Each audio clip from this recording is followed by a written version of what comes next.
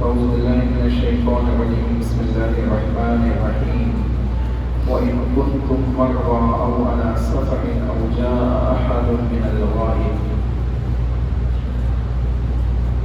وقال جابر رضي الله عنه كانت التواغيت التي يتحاكمون إليها في جهينة واحد.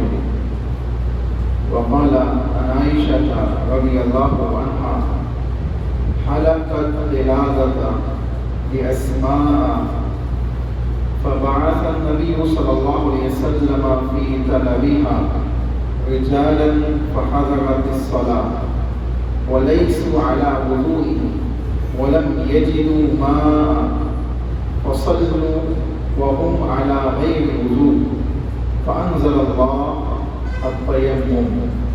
رواه البخاري في کتاب التفسیر ورواه ابو داؤد.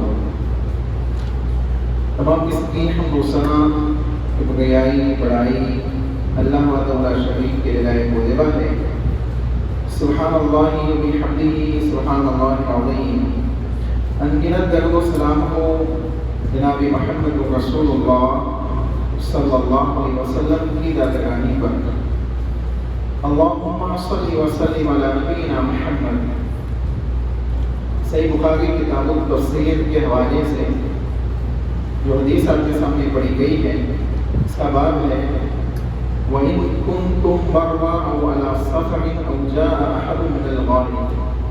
کتاب اللہ کی آیت کریمہ جس میں اللہ رب العالمین نے ارشاد فرمایا اور اگر تم بیمار ہو یا سفر میں ہو یا تم میں سے کوئی قضائے حاجت سے آیا ہو اور پانی نہ ہو تو پاک مٹی سے تیمم کرے. پاک مٹی سے تیمم کرے. سعیداً طیبا. سعیداً طیبا یعنی سعیداً زمین کی ظاہری سطح کو کہتے ہیں. سواد سے سعیداً اسے کہتے ہیں زمین کے اوپر کا جو سطحی حصہ ہوتا ہے اسے کہتے ہیں. اگر وہ سطحی حصہ پاک و صاف دکھائی دے گا تو زمین پاک. اب اس کو کھودنے کی ضرورت نہیں ہے. اس کو پاک کا حکم اس کے اوپر عائد ہوگا اور پاک مانتے ہوئے تیمم اس سے کرنا کیا ہوگا؟ جائز ہوگا. چنانچہ کہتے ہیں کہ جابر نے کہا کہ تاغوت بڑے ظالم مشرک قسم کے سردار لوگ ہیں جن کے یہاں جاہلیت میں لوگ مقدمات لے جاتے تھے. ایک ایسا سردار قبیلے جوہینہ میں تھا, ایک قبیلے اسلم میں تھا اور ہر قبیلے میں ایک ایسا تاغوت ہوتا تھا. یہ وہی کاہن تھے جن کے پاس شیطان غیب کی خبریں لے کر آیا کرتے تھے. حضرت عمر بن خطاب رضی اللہ عنہ نے کہا کہ الجبت سے مراد جادو ہے مگر تاغوت سے مراد شیطان ہے. اور اکرمہ رضی اللہ عنہ نے کہا کہ الجبت حبشی زبان میں شیطان کو کہتے ہیں اور تاغوت بمعنی کاہن کیا آتا ہے. آپ دیکھیں یہ تشریح بیان کی گئی جو الفاظ مختلف اس کے اندر آئے ہیں آیت کریمہ کے اگلے حصے میں. اس کے بعد امام بخاری نے ایک حدیث نقل کی ہے حضرت عائشہ رضی اللہ عنہا کے حوالے سے. حدیث کیا ہے؟ حضرت عائشہ رضی اللہ عنہا بیان فرماتی ہے کہ مجھے اسماء کا ایک ہار گم ہو گیا. اسماء کون ہے؟ اسماء رضی اللہ عنہا حضرت عائشہ رضی اللہ عنہا کی بڑی بہن اسماء بنت ابی بکر رضی اللہ عنہا.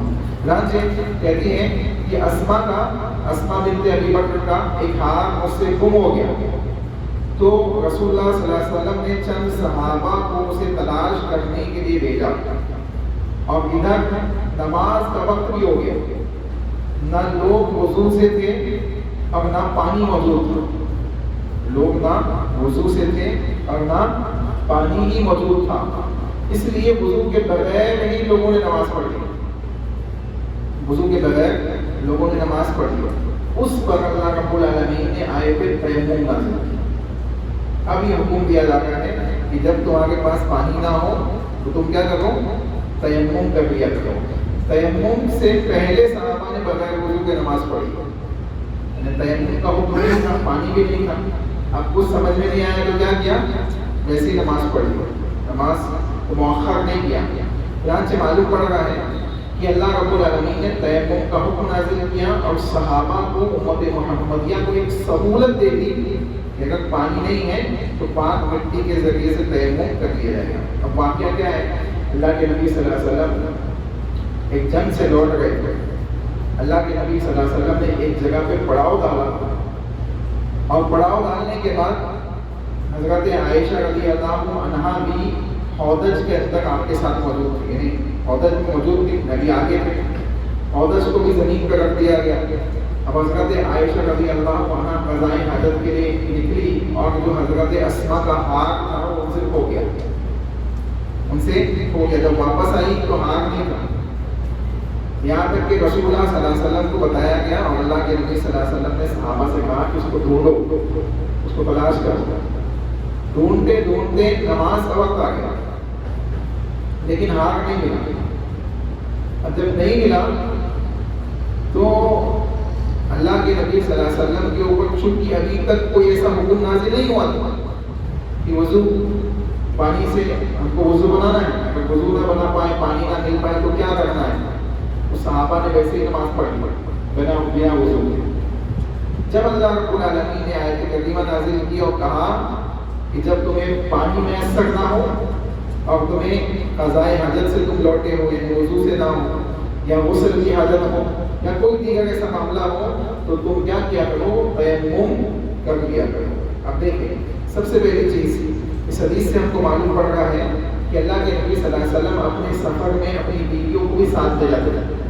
بیویوں میں سے کسی بیوی کو ساتھ میں لے جایا کرتے تھے. چنانچہ ایون جہاد کے موقع پر بھی بعض اوقات رسول اللہ کی زوجہ آپ کے ساتھ ہوگی، آپ کی بیوی آپ کے ساتھ ہوگی. اس سے یہ بات معلوم پڑ گئی ہے کہ اگر انسان اپنے کسی تجارتی سفر میں یا دیگر سفروں میں اپنی بیویوں کو ساتھ لے جائے تو وہ لے جا سکتا ہے. البتہ لحاظ، پردہ پوشی اور دیگر چیزوں کا اہتمام ضروری ہے. اس کے بعد دوسری چیز، اسما بنت ابی بکر کا ہار تھا. اپنی بہن سے ہار لے کر حضرت عائشہ رضی اللہ عنہا نے پہنا ہوا تھا. معلوم پڑا کہ ایک دوسرے کی چیزوں کا استعمال کرنا جائز ہے، کوئی حرج کی بات نہیں ہے. بعض اوقات لوگ اس کو کبھی سمجھتے ہیں، معیوب سمجھتے ہیں، اور اس میں کوئی قباحت کی بات نہیں ہے. تیسری چیز، خصوصاً جب بھائی بہن ہو اس کا استعمال کیا جا سکتا ہے. بھائی بہنوں کو اس کا استعمال کیا جا سکتا ہے، یا بہن بہن ہو یا بھائی بھائی ہو، بھائی نے بھائی کے کپڑے پہن لیے یا کوئی ایسی چیز ہے، گھڑی ہے یا کوئی دیگر چیز ہے، بھائی نے استعمال کر لی تو اس میں کوئی حرج کی بات نہیں ہے. تیسری چیز، حضرت عائشہ رضی اللہ عنہا سے ہاتھ گم ہو گیا. اچھا، جب حوض اٹھایا گیا تو حوض کے نیچے ہاتھ مل گیا. آخر میں لمبی حدیث ہے، آخر میں ہاتھ مل گیا. تو یہاں پہ دیکھیں رسول اللہ صلی اللہ علیہ وسلم ہاتھ ڈھونڈوا گئے، ڈھونڈنے لگا کے صحابہ. حضرت عائشہ بھی ہے، صحابہ کی بڑی جماعت ہے، نبی موجود ہے. اب لوگ کہتے ہیں کہ رسول اللہ کو علم غیب ہے. اگر علم غیب ہے تو رسول اللہ صلی اللہ علیہ وسلم اتنا ڈھونڈنے کیوں لگا گئے؟ رسول اللہ چاہتے تو بتا دیتے بھائی عہدہ اٹھاؤ، عہدہ کے نیچے ہاتھ رکھا ہوا ہے اور چلو نماز کا ٹائم ہو جائے گا. لیکن نبی کو معلوم نہیں ہے، رسول اللہ کو معلوم نہیں ہے. چنانچہ اللہ کے نبی صلی اللہ علیہ وسلم اس کو ڈھونڈنے لگا گئے، یہاں تک کہ جب نماز کا وقت ہو گیا بعض لوگوں نے آ کے حضرت ابو بکر سے کہا کہ ابو بکر آپ کی بیٹی کے ہاتھ کے چکر میں ہماری نماز کیا ہے؟ نماز کا وقت آ گیا. حضرت ابو بکر حضرت عائشہ کے حجرے میں گئے، حضرت عائشہ رضی اللہ عنہا کو ڈانٹا بھی کہ یہ تم کس قسم کے تم نے کام کیے کہ لوگوں کو تم نے پریشان کر دیا. اور اللہ کے نبی صلی اللہ علیہ وسلم اس وقت غالباً آپ کی مانڈی پہ تھے، سوئے ہوئے تھے. حضرت عائشہ رضی اللہ عنہا نے اپنے والد سے باتیں سنی اور اس کے بعد جب اللہ نے آیتیں نازل کی تو لوگوں نے یہ بھی کہا کہ آل ابو بکر سے ہم کو ہمیشہ فائدہ ہی پہنچا ہے. اگر آگ گھومتا نہیں تو تیمم نہیں ملتا، تو تیمم فائدہ ہوا. تو کہا کہ آل ابو بکر سے، یعنی ابو بکر کے خاندان، ابو بکر اور ابو بکر کے خاندان سے ہم کو کیا ہوا ہے؟ فائدہ ہی پہنچا ہے. اسلام کو، مسلمانوں کو ہمیشہ فائدہ پہنچا ہے. چنانچہ انسان کو کسی بھی فیصلے میں جلد بازی نہیں کرنی چاہیے. ظاہری چیز دیکھ کر کہ ایسا کیسے ہو گیا، اس کے پیچھے کوئی حکمت اللہ رب العالمین کی ہو سکتی ہے، کوئی مصلحت ہو سکتی ہے، اللہ رب العالمین اس کے ذریعے سے کوئی نفع ان کو پہنچا سکتا ہے۔ چنانچہ انسان کو صبر و ضبط کے ساتھ معاملہ انجام دینے چاہیے۔ اس کے بعد کہتے ہیں کہ وَلَمْ يَجِدُوا مَاءً، پانی نہیں تھا ہمارے پاس، پانی وضو، اور وضو سے بھی نہیں تھے، وَلَيْسَ عَلَىٰ وُضُوءٍ، وضو سے بھی نہیں تھے۔ اس کا مطلب ہے کہ ہمیشہ وضو سے رہنا ضروری نہیں ہے، البتہ ہمیشہ وضو سے رہنا یہ فضیلت کی بات ہے، ہمیشہ انسان پاک و صاف رہتا ہے، وضو سے رہتا ہے، یہ بہت اچھی چیز ہے، لیکن یہ کمپلسری نہیں ہے۔ اگر آپ وضو سے نہیں ہیں تو آپ گنہگار نہیں ہوں گے، آپ خطا کار نہیں ہوں گے۔ یہاں صحابہ وضو سے نہیں ہیں، صحابہ وضو سے نہیں ہے، تو پتہ چل رہا ہے کہ یہ چیز کمپلسری نہیں ہے، لیکن البتہ اگر کوئی رکھ سکتا ہے تو رہے، اچھی چیز ہے۔ اگر اس کا وضو کافی دیر تک باقی کرتا ہے، کیونکہ بعض لوگوں کو ابھی جو مختلف مسائل ہوتے ہیں، کسی کو گیس کی بیماری، کسی کو کچھ ہے، کسی کو کچھ ہے، تو جس کی وجہ سے لوگ وضو باقی نہیں رکھ پاتے۔ اب اگر وضو باقی نہیں ہے تو آپ کو کوئی گناہ ملے گا نہیں، الا یہ کہ آپ جب حالت نماز کے لیے آئے تو وضو بنا لیں، تو آپ وضو بنا لیں اور وضو کے ساتھ معاملہ انجام دیں، نماز اور عبادتوں کے معاملہ وضو کے ساتھ انجام دیں۔ البتہ ہمیشہ باوضو رہنا یہ بھی ایک اچھی صفت ہے، اور اس کی اپنی ایک فضیلت ہے۔ چنانچہ کہا وَلَمْ يَجِدُوا مَاءً، ہم نے پانی نہیں پایا تو ہم نے کیا کیا، فَصَلُّوا وَهُمْ عَلَىٰ غَيْرِ وُضُوءٍ، ہم نے بنا وضو کے ہی نماز پڑھ لی۔ معلوم پڑا کہ لاعلمی میں یا کسی شریعت کا حکم نہ معلوم ہونے کی وجہ سے اگر خطا کا کام کر لیا جائے، نہیں معلوم تھا کر لیا، تو اللہ رب العالمین اس کو کیا کرے گا، معاف کر دے گا انشاءاللہ۔ جیسے ایک صحابی ہے، دو صحابی کا واقعہ ہے، ان کو غسل، ایک سفر پہ اللہ کے نبی نے ان کو بھیجا، ان کو غسل کی عادت ہو گئی۔ اب جب غسل کی عادت ہو گئی تو پانی نہیں ملا ان کو، اب تیمم کا طریقہ بھی نہیں معلوم تھا، تو انہوں نے کیا کیا، زمین پہ جانور جیسے لوٹتے ہیں، جانور لوٹ کر پورے زمین اپنے بدن پہ مٹی لگا لی، تو صحابی نے اپنے پورے بدن پہ مٹی لگا لی، پورے بدن پہ مٹی لگا لی، اور مٹی لگانے کے بعد انہوں نے نماز پڑھی۔ مدینہ آئے جو دوسرے صحابی تھے، انہوں نے اللہ کے نبی کے پاس مسئلہ پیش کیا، اللہ کے نبی ایسا ایسا ہمارے ساتھ ہوا تھا، وہ صحابی نے ایسا ایسا کیا، تو رسول اللہ نے بلایا ان کو، کہا کہ یہ صحیح بات ہے، ایسا ایسا کیا، کہا اللہ کے نبی ایسا ایسا ہوا تھا، مجھے نہیں معلوم تھا تیمم کیسے کرنا ہے۔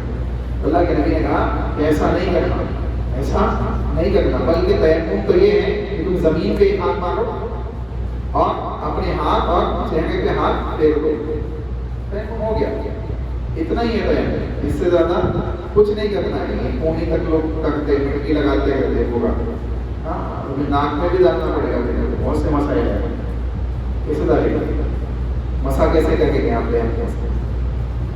تو جتنا آرڈر دیا گیا اتنا انسان کے لیے کافی ہے، اور عافیت اسی میں ہے جتنا نبی نے آرڈر دیا۔ اپنی طرف سے انسان سوچے کہ میں اضافی کام کروں تو مناسب بات ہے۔ اچھا، رسول اللہ صلی اللہ علیہ وسلم نے ان صحابی کو نماز دوہرانے کا بھی حکم نہیں دیا کہ نماز پھر سے پڑھو، یہ لا علمی میں کام ہو گیا تھا، مسئلہ معلوم نہیں تھا، انہوں نے عمل کر لیا، انشاءاللہ اللہ قبول کر لے گا، یہ چیز ہے۔ تو کہا کہ ابھی آیت نازل ہی نہیں ہوئی تھی، تیمم کا حکم ہی نازل نہیں ہوا، ہم نے بنا وضو میں نماز پڑھ لی۔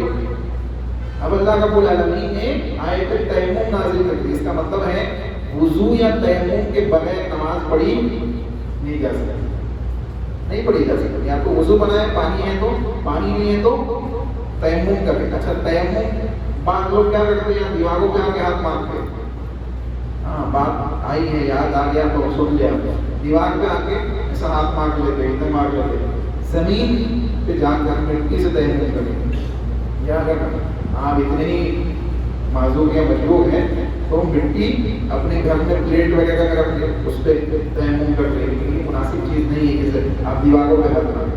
چنانچہ کہا فانزل اللہ التیمم اللہ رب العالمین نے تیمم کا حکم نازل کیا، تیمم کی آیتیں نازل کی اور ہمیں بتایا کہ تم کیا کرو، پاک مٹی سے تیمم کرو۔ معلوم پڑا تیمم مٹی سے ہوگا اور ناپاک مٹی سے نہیں ہوگا، بلکہ پاک و صاف مٹی سے ہوگا۔ اور پاک و صاف مٹی کا کیا مطلب ہے؟ ظاہری سطح پاک ہو، ظاہری سطح پاک ہو۔ اب مثال کے طور پہ ابھی ہم باہر نکلیں گے تو جو مٹی ہے سامنے جو دکھائی دے رہی ہے ظاہری طور پہ کیا ہے؟ صاف ہے، پاک ہے، اس کو پاک مانا جائے گا۔ اب اس پہ لمبا چوڑی بحث لوگ کرتے، اگر یہ جب بارش آئی تھی یہاں سے نالے کا پانی بہا تھا، یہ ہوا تھا، وہ ہوا تھا، تو جو ہوا تھا وہ ہو گیا، اب سوکھنے کے بعد پھر سے وہ کیا ہو گئی؟ پاک ہو گئی۔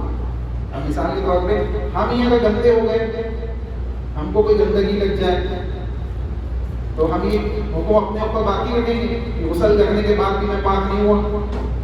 غسل کرنے کے بعد ہم پاک ہو جائیں گے؟ ہم غسل کرنے کے بعد، نہانے کے بعد ہم فریش ہو جائیں گے، پاک ہو جائیں گے؟ تو ویسے ہی زمین کا حکم ہے، ظاہری سطح پہ حکم لگے گا، اندرونی کیفیات میں نہیں پڑھنا ہے، ظاہری سطح پہ حکم لگے گا۔